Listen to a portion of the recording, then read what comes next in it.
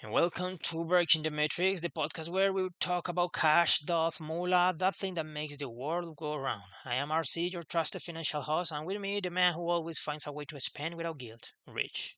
Exactly, because if money doesn't buy happiness, at least it pays for therapy. Today we'll talk about money from its origins to its evolution and how we went from weird bartering to credit card that traps us in 24-month payment plans. And why cash mysteriously disappeared from my wallet. They say money makes the world go round. But have you ever wondered how it all started? I always thought money had existed forever, like debt or modern laws. No, Rich, money is natural. It's a human invention. Before it existed, people traded goods. A fisherman exchanged fish for wheat, but if the other person didn't want fish, well, good luck. Imagine trying to trade a cow for bread, and the baker says, "Sorry, I only accept carrots." Become a vegetarian by force.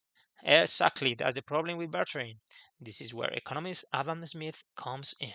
In the 18th century, he said money was created to make trade easier. But according to anthropologist Caroline Humphrey, the whole barter economy thing is mostly a myth. So money is basically a collective invention to stop arguing over prices like in the flea markets. Pretty much rich. At first, people used things like cacao beans, shells, and salt. Then metals like gold and silver won out because they were rare, practical, and shiny. So if I had been born in the right civilization, a beach full of seashells could have made me rich. Exactly, but eventually coins and paper money arrived, making trade easier and worse, more frequent. Many people think money was created so people could trade freely, but in reality, the government played a key role.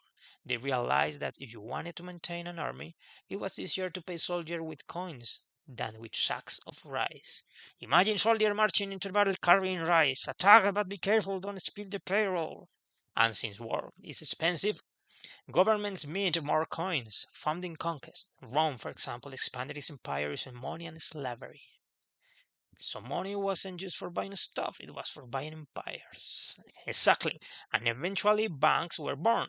At first, they were temples where people stored their wealth.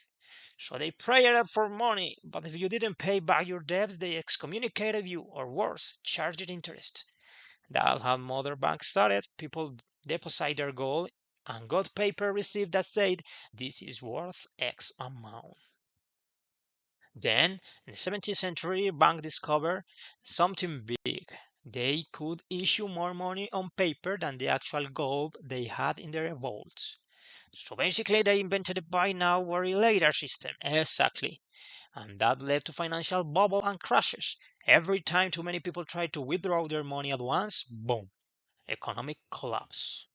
Like when you check your account and realize you have fewer zeros than you thought. And now, in the digital age, most money doesn't even exist physically. It's just numbers on a screen. Some money is just trust. But my bank never trusts me enough to raise my credit limit. Exactly, studies. Let's talk about something interesting. Rich money is more psychological than we realize. It's not just a means of exchange, it affects our emotions.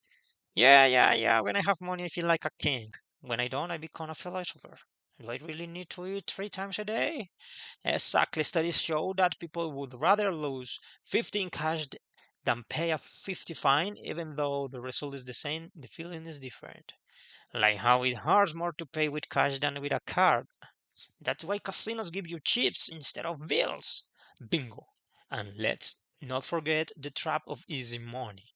Why do you think lotteries sell so well? Because everyone wants to get rich without effort until they realize 70% of lottery winners go bankrupt.